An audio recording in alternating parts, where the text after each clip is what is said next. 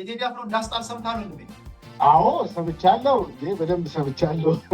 ሰምተን ደግሞ ሀሳብ እንድንሰጥ ደግሞ ስላደረከ እናመሰግናለን ቴዲ። በጣም ነው ማከብር፣ በጣም ነው የምወድህ። ሰላም ነው። ለመጀመሪያ ሊሆነ ወይ እንዳንተ አትንገረኝ ማንነቷን በጣም አስተምርም ልጅ እናቷን ሲል ማነው እናት ማነው ልጅ?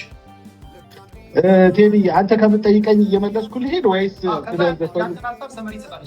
በጣም እሺ። ያው እንግዲህ ይሄ እንግዲህ በአባባል በተረት ደረጃ የሚባል ነው። የምታስተምርም ልጅ እናቷን ይባላል።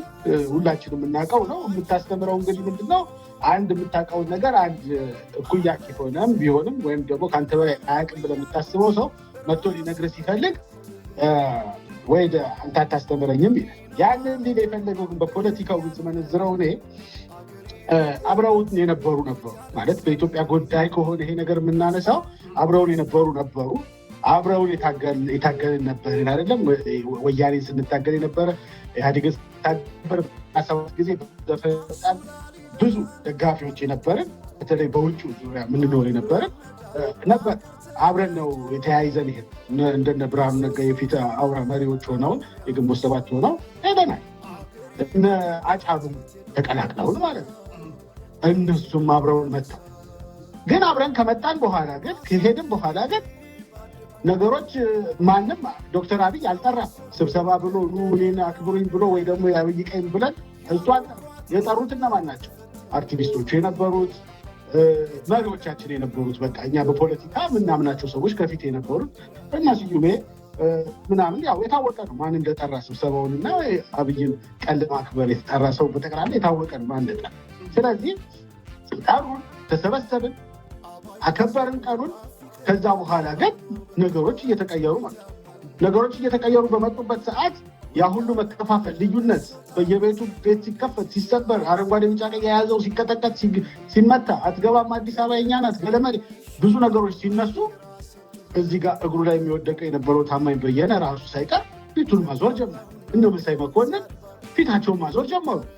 ሁሉም ዞር ዞር እያሉ ሌላ ወገንተኝነት መያዝ ጀመሩ። ይዘውን ገብተው አስገብተውን በቃ ልክ ነው ትክክለኛ መንገድ ላይ ሄደናል እያሉ አስጨብጭበው ካሳፈሩት በኋላ እነሱ ወጥተው መሀላችን ገቡ። መሀል ገቡም የሚለው መሀል የገቡት እነሱ ናቸው፣ ጽንፈኞቹ ናቸው መሀላችን የገቡት። በኢትዮጵያዊነት በእኛ በኢትዮጵያኖችና በዶክተር አብይ በአመራሩ ላይ መሀል ገቡ እንጂ ዶክተር አብይ አይደለም መሀል የገቡ። ይህ ጋር የዘፈነው ምንድነው መሀል ብሎ የሚገልጸው እነሱ ናቸው መሀላችን የገቡት። ከአንድ ሰው መሀል አንድ ሰው ሁለት ሰው ሲጣላ መሀል ስትገባ አንተ ነህ መሀል የገባኸው። ስለዚህ የገቡት እነዚህ መሪ ናችሁ ያሉን የከዱት ማለት ነው። ኢትዮጵያዊነትን የከዱት አሁን እነ ታማኝ የሆኑ ስም ማጥቀስ ችግር ከሌለው እጠራቸዋለሁ። ሁሉም እና ሀብታሙን በላቸው ማንም ከግብፅ ጋር ከኤርትራም ጋር ከማንም ጋር ኢትዮጵያ እናፈርሳለን ካሉ ጋር የተሰለፉት አሁን መሀላችን የገቡት እነሱ ናቸው።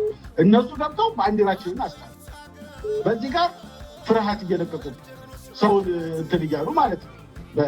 በቤተሰብ ሊመጡብህ ይችላሉ። በምትሰራው መንገድ በስራ ቦታ ላይ በሁሉ ነገር እየመጡ መተህ እንዳትዘፍ ምን ነው ትዝ አይለንም እንደ ጎሳዬ ተስፋዬ እኮ ስንት ዓመት ሙሉ እኮ እዚች ሀገር መጥቶ ዘፍኖ አያውቅም ከወያኔ ጋር ስለበላ።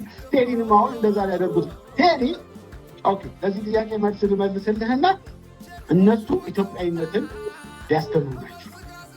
በቃ ኢትዮጵያዊነትን ጥለዋል፣ ኢትዮጵያዊነትን ሽጠዋል። እነሱ ማለት አሁን የኢትዮጵያ ተቃዋሚ የሆኑት ሸኔ በለው ፋኖ በለው ወያኔ በለው ሻዕቢያ፣ እነዚህ ግሩፖች ተቀናጅተው አሁን ኢትዮጵያ ሊወጉና ሊያፈርሱ የተቀናጁት እነዚህ ግሩፖች ናቸው። ስለዚህ ለፋኖች ነው እያልክ ያለው? አዎ እነ ፋኖ የሚባሉት አሁን ጽንፈኛው ፋኖ ነው። ፋኖ እኔም ፋኖ ነኝ፣ ግን ጽንፈኛው ፋኖ አሁን መከላከያን ሊገል የሚፈልገው ኢትዮጵያን ሊመታ የሚፈልገው እነሱ ናቸው።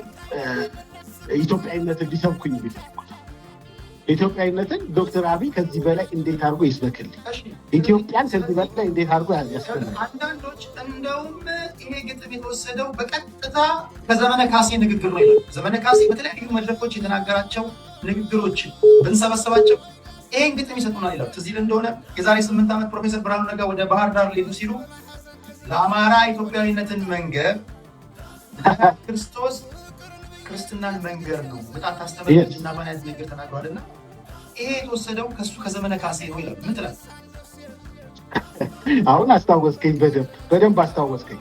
አዎ ግን ጅራፍ ራሱ ገርፎ ራሱ ይጮሃል ይባላል። ስለዚህ ከሱ ከተወሰደ እንደገና እሱ ላይ ሊዘፈን ይችላል። ይሄን ያለው ዘመነ ካሴ ከሆነ የተዘፈነው እሱ ላይ ነው እንዴት ሊባል ይችላል? ግን እኮ ምጥ እናቷን አስተማረች እኮ እሱ ከመወለዱ በፊት ይሄ ዘመን የሚባል ቁንቡስ ከመወለዱ በፊት የነበረ አባባል። ይሄ አባባል ዘመነ ካሴ አለው ብዬ አልወስድም። እሱ ከየት አምጥቶ ይሄን ተረት ተረት ነው የሚያውቀው፣ ሌላ የሚያውቀው ነገር የለም። ይሄ ደግሞ ተረት ተረት በዚህ ዘፈን ላይ ቢያንስ ለጠቅላይ ሚኒስትሩ ፌርነስ የሆነ ሩም አልተሰጠም። ሙሉ ለሙሉ ጠቅላይ ሚኒስትሩ የሰራቸው ስራዎች አፈር ከድሜ ያበላ ነው። ሚዛናዊ መሆን ቢችል የሚሉ ወገኖች አሉ። አንዳንዶች ኖ ምንም ሚዛናዊ የሚያሰኝ ነገር የለም የተናገረው ሪያሊቲ ይላል። ምን ትላላችሁ? እኔ ይሄንን የምለው ዶክተር አብይን ሲጀመር ለዶክተር አብይ የተዘፈነ ሰው ብዬ አላምንም። ይሄ የተዘፈነው ለጽንፈኞቹ ነው፣ ለጽንፈኛ ነው የተዘፈነው። እንደው አብይ ዶክተር ማነው ቴዲ ሊገልጽ የፈለገው ምንድን ነው? ይሄንን 8 ዓመትና 9 ዓመት ስለጠፋ በነበረው ችግር፣ በተነሳው ውስብስብ፣ በነበረው አለመግባባት ጥንቶቻችን እኮ እኔ በበኩሌ ዘፈኑን ስሰማው አልቅሻለሁ፣ አዝኛለሁ። ገባ? የሚያሳዝን ነው፣ የሚያባባ ነው። ምክንያቱም የመጣንበት መንገድ በጣም የሚያስለቅስና በጣም የሚያሳዝን ስለነበረ ማለት ነው። ያንን የመጣንበትን መንገድ ለተዘፈነው ለአማራ ፋኖች ነው ካልከኝ ያን የሚያሳብቅ ወይም ደግሞ ለዛ የሚሆን እኔ ለአማራ ፋኖ ነው የተዘፈነው ሳይሆን እያልኩኝ ያለሁት ሀዘኑን ደርሷል፣ ሊደርስ ነው የመጣው ብዬ ነው የወሰድኩት። እዚህ ላይ ዲስፕሌይ ባደረግኩት ስልክ ደውሉልኝ። በሌላ በመደበኛ ስልኬ ያደውሉልኝ። መደበኛው ስልኬ ላይቭ መገባበት ነው። አንድ ጊዜ ደግሞ አለው በጌታ ፍቅር 647-819-4117 በዚህ ደውሉልኝ።